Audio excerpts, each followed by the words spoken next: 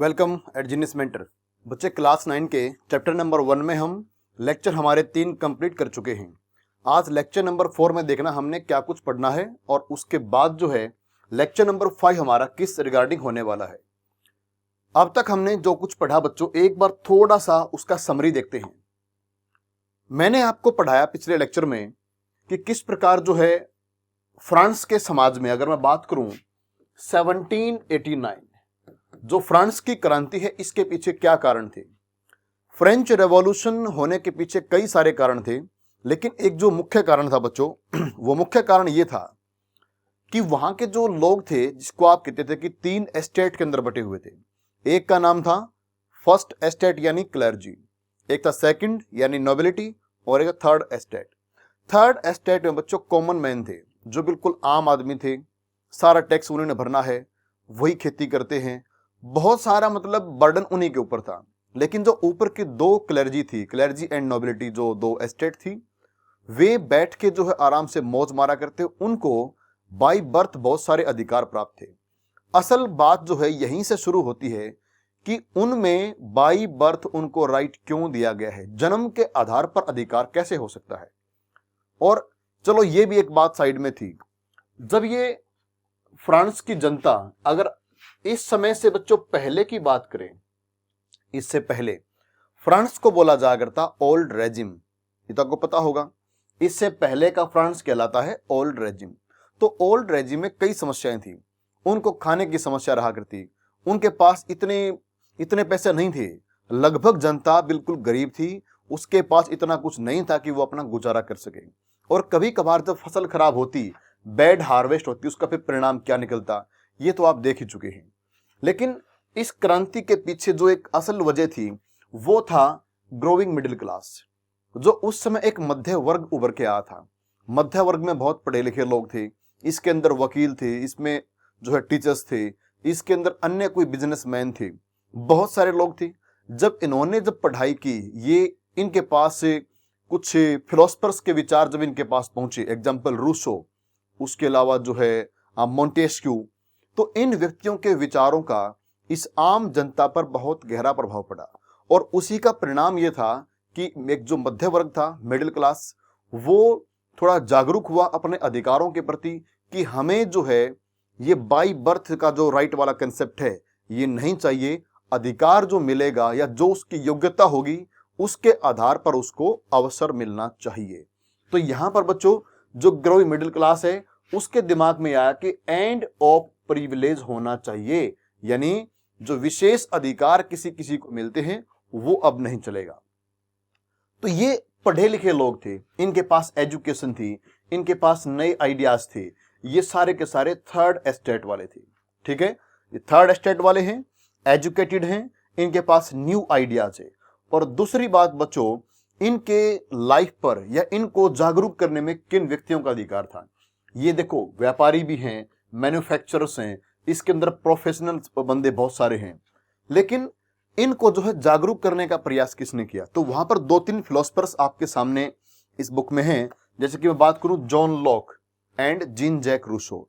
बच्चों, John Locke और Jean Jacques Rousseau, इनका असर इनके ऊपर काफी पड़ा। जैसे कि अगर बात करें टू ट्रिट्सिस ऑफ गवर्नमेंट, इस पुस्तक में जॉन लॉक क्या कहते हैं कि भाई राजाओं का जो एक कहते हैं ना कि डिवाइन पावर कुछ नहीं होती है। आप ये माने कि बस आपको राज करने के लिए भेजा गया, बोले कि वो नहीं है। यहां पर जो कुछ होगा जनता डिसाइड करेगी, जनता के द्वारा ही तय होना चाहिए। तो इन्होंने क्या किया, राजा का जो एक डिवाइन पावर है उसकी जो है थ्योरी को ठुकरा दिया। और उसके अलावा बच्चों रूसो कहते हैं कि जो सरकार जो होगी वो सोशल कॉन्ट्रैक्ट के आधार पर होनी चाहिए, यानी जनता और राजा के बीच में जो है, जनता और सरकार के बीच में कॉन्ट्रैक्ट हो, उसके लिए जनता के लिए काम करे सरकार, बोले कि वो गवर्नमेंट हमें चाहिए। उसके अलावा in the spirit of laws जो मोंटेस्क्यू हैं, मोंटेस्क्यू बच्चों डिवीजन ऑफ पावर की बात करते हैं। वो कहते हैं कि सारी पावर केवल एक व्यक्ति के पास नहीं होनी चाहिए, पावर्स का बंटवारा होना चाहिए, जिसको इन्होंने 3 भागों में बांटा। एक का नाम था लेजिस्लेटिव, दूसरे का नाम था एग्जीक्यूटिव, तीसरे का नाम था जुडिशरी। यानी जो कानून, देखो ये कौन होता है, एग्जीक्यूटिव किसको बोलते हैं? इसके अंदर आप मंत्री को लेते हैं। जिस तरह फिलहाल भारत में जो कैबिनेट के मंत्री होते हैं, आप उसको मानिए कि वो हमारी एग्जीक्यूटिव बॉडी है। वो एक बिल को तैयार करते हैं कि ये काम होना चाहिए, ठीक है। फिर बिल जाता है पार्लियामेंट के पास, पार्लियामेंट उसको पास करती है या फिर उसको रिजेक्ट करती है। तो पार्लियामेंट हमारी क्या हुई? लेजिस्लेटिव होगी। और उन्होंने जो बिल बना दिया अब वो कानून का रूप ले चुका है। तो कानून बनने के बाद अगर कोई उसका पालन ना करे, यानी वो लॉ बन चुका है और लॉ का कोई पालन ना करे, तो उसके लिए फिर क्या होती है? जुडिशरी। लेकिन यहां पर क्या था फ्रांस में? पहले ये तीनों ही तीनों केवल एक राजा के पास सारी पावर थी। ये बोले कि नहीं, अलग अलग पावर होनी चाहिए। डिस्ट्रीब्यूशन ऑफ पावर्स की बात यहाँ पे जो है मोंटेस्क्यू के द्वारा की गई। तो ऐसे कुछ आइडियाज थे बच्चों। ये आइडियाज जनता को जागरूक कर रहे थे। जनता अब अपने अधिकारों की मांग कर रही थी, इसलिए जो है ये क्रांति होने के पीछे एक कारण ये भी था। दूसरा कारण बच्चों ये था, देखो ऐसा नहीं केवल एक कारण जिम्मेदार होता है, कई सारे कॉज होते हैं, कई सारे कारण होते हैं, वो एक बड़ी घटना को अंजाम देते हैं। तो वो तो ठीक है, वो भी था कि वो जागरूक हो रहे थे। साथ में बच्चों जो लुई 16 है, जो उसमें फ्रांस का राजा हुआ करता, इसने नए टैक्स बढ़ाने की बात सोची। इसके दिमाग में क्या आया कि मैं नए टैक्स को बढ़ा देता हूं, ठीक है। और नए टैक्स बढ़ाएगा तो इसका बर्डन किसके ऊपर जाएगा? Third estate. और थर्ड एस्टेट वाले बेचारे पहले परेशान थे। दूसरा, वो एजुकेटेड हो चुके थे, अब उनको बेवकूफ बनाना इतना आसान काम नहीं था। तो इसलिए राजा ने भी गलत टाइम पे जो है ये सोचा कि वो टैक्स बढ़ाएगा। और वो सब घटनाएं जुड़ती गई और फिर जो है कि बड़ी घटना को अंजाम दे दिया। जो फ्रांस का बच्चों ओल्ड रेजिम था, ओल्ड रेजिम, उसमें राजा के पास पावर थी। देखो राजा क्या करता है? The monarch did not have the power to impose taxes according to his will alone. ऐसा नहीं कि सिर्फ राजा ही जो है टैक्स को इम्पोज कर देगा। ठीक है कि वो उसकी शुरुआत करेगा कैसे? वो एक असेंबली की मीटिंग बुलाएगा भाई एक सारे जने जो भी हमारे असेंबली वाले हैं वो बैठ जाएंगे, फिर वो करेंगे डिसाइड कि टैक्स को बढ़ाना है, क्या करना है। लेकिन दिक्कत ये है, ठीक है राजा ने बुला लिया, अब जिसकी मीटिंग बुलाई जाएगी ना, यानी एस्टेट जर्नल, ये एस्टेट जर्नल क्या था? ये सब के सब, इसमें देखो इनके आपस की मिली भगत है। मिली भगत कैसे है? इसमें 3 जने होते हैं, एक वोट तो इनकी होगी, जो क्लर्जी मान लो, एक दूसरा, और तीसरा जो है ये आपका इनका हो गया थर्ड एस्टेट। प्रत्येक एस्टेट की एक एक वोट थी। ये था क्लर्जी, ये नोबिलिटी एंड थर्ड एस्टेट। ये दोनों भाई जो पहले वाले हैं, ये क्यों चाहेंगे कि मतलब टैक्स ना बढ़े? इनके दिमाग में क्या आएगा कि टैक्स को बढ़ाओ, क्योंकि टैक्स देखो इन्होंने पे करना है, ये बेचारे टैक्स पे करने वाले, थर्ड एस्टेट वाले तो टैक्स पे करेंगे।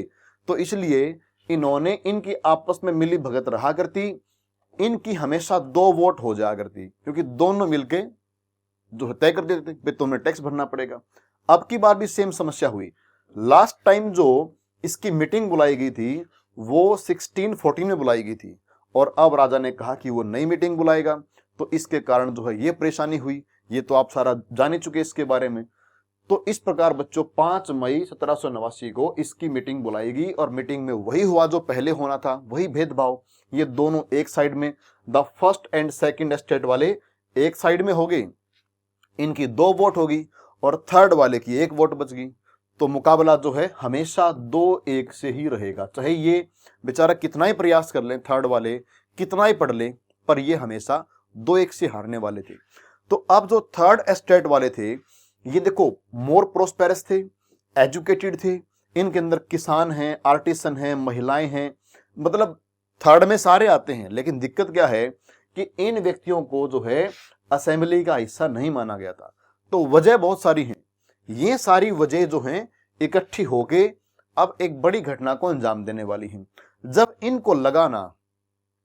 इनको लगा थर्ड एस्टेट वालों को कि असेंबली में इनकी बात नहीं सुनी गई, तो ये क्या करते हैं, ये असेंबली से बाहर आते हैं, और बाहर आके बच्चों 20 जून को ये एक इंडोर टेनिस जो कोर्ट था, मतलब वहां पर इकट्ठे होते हैं वर्साई में, और वहां पर ये एक प्रतिज्ञा लेते हैं कि जब तक हम देश का संविधान नहीं बना देंगे तब तक हम पीछे नहीं हटेंगे।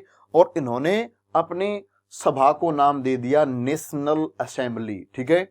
और इनके लीडर कौन बने? ये इनके 2 नेता थे, मिरेबेउ एंड एब्सियस। उसके अलावा जो है, अब देखो ये यहां पर जो है अपने आप को नेशनल असेंबली घोषित कर चुके हैं, कसम खा चुके हैं कि जब तक संविधान नहीं बनेगा, देखो कसम खा रही है कि जब तक हमारा संविधान नहीं बनेगा, संविधान भी ऐसा कि वो राजा पर नियंत्रण करे, कि जनता की बात राजा माने, कि संविधान इस तरह का बनाएंगे, तब तक बोले कि हम पीछे नहीं हटेंगे। तो बच्चों इस प्रकार जो है अब फ्रांस में एक घटना शुरू होती है कि वहां से देखो आम लोग परेशान थे, बेचारे वो भूख से परेशान हैं, उनके पास खाना खरीदने के लिए इतने पैसे नहीं हैं। पढ़े लिखे लोग इस बात से परेशान है कि हमें बराबर के अधिकार क्यों नहीं मिल रहे। तो कुल मिला के लगभग देश परेशान था। और इस घटना में कहते हैं ना कि चिंगारी किसने डाली, ये पूरी जो घटना थी ये एक मतलब घास का ढेर मान लो, घास का ढेर ऐसा होता है कि उसमें चिंगारी डाल दी और तुरंत आग भड़क जाएगी। तो आग भड़काने का काम किसने किया, एक अफवाह फैल गई 14 जुलाई को बच्चों, एक अफवाह फैली कि भाई राजा जो है हमारे ऊपर आक्रमण करने वाला है। राजा के दिमाग में ये बात चल गई कि जनता मुझ पे आक्रमण करने वाली है। तो दोनों आमने सामने हो गए और इस प्रकार 14 जुलाई को जनता ने आखिर में क्या किया, इनके ऊपर आक्रमण कर ही दिया। बेस्टिल की जेल तोड़ दी और वहां पर जो है खूब जो है लूटवाट करी, सब कुछ तोड़ फोड़ डाला और एक जो है क्रांति आरंभ होगी। इसी को आप कहते हैं फ्रांस की क्रांति, ठीक है। और साथ में अब क्या होता है, जब ये क्रांति चली धीरे धीरे कुछ जैसे अगर मैं बात करूं आगे, आप इसके बारे में और क्या कुछ देखने वाले हैं अगले इसमें जो है बच्चों लेक्चर में, जो आप देखने वाले हैं कि कैसे जो है ना ये फ्रांस वाले अपने एक संविधान बनाएंगे। इन्होंने क्या किया, 1791 में इन लोगों ने अपना संविधान बना दिया।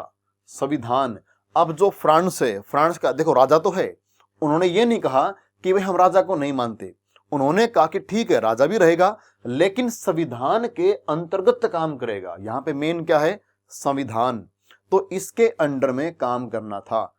तो अब राजा को संविधान की बात माननी थी। इस प्रकार 1791 से फ्रांस क्या बन जाता है, कॉन्स्टिट्यूशनल मोनार्की, एक ऐसी मोनार्की, ऐसा राजतंत्र जो संविधान के अनुसार चले, ठीक है। तो बच्चों ये एक बहुत विशेष बात थी।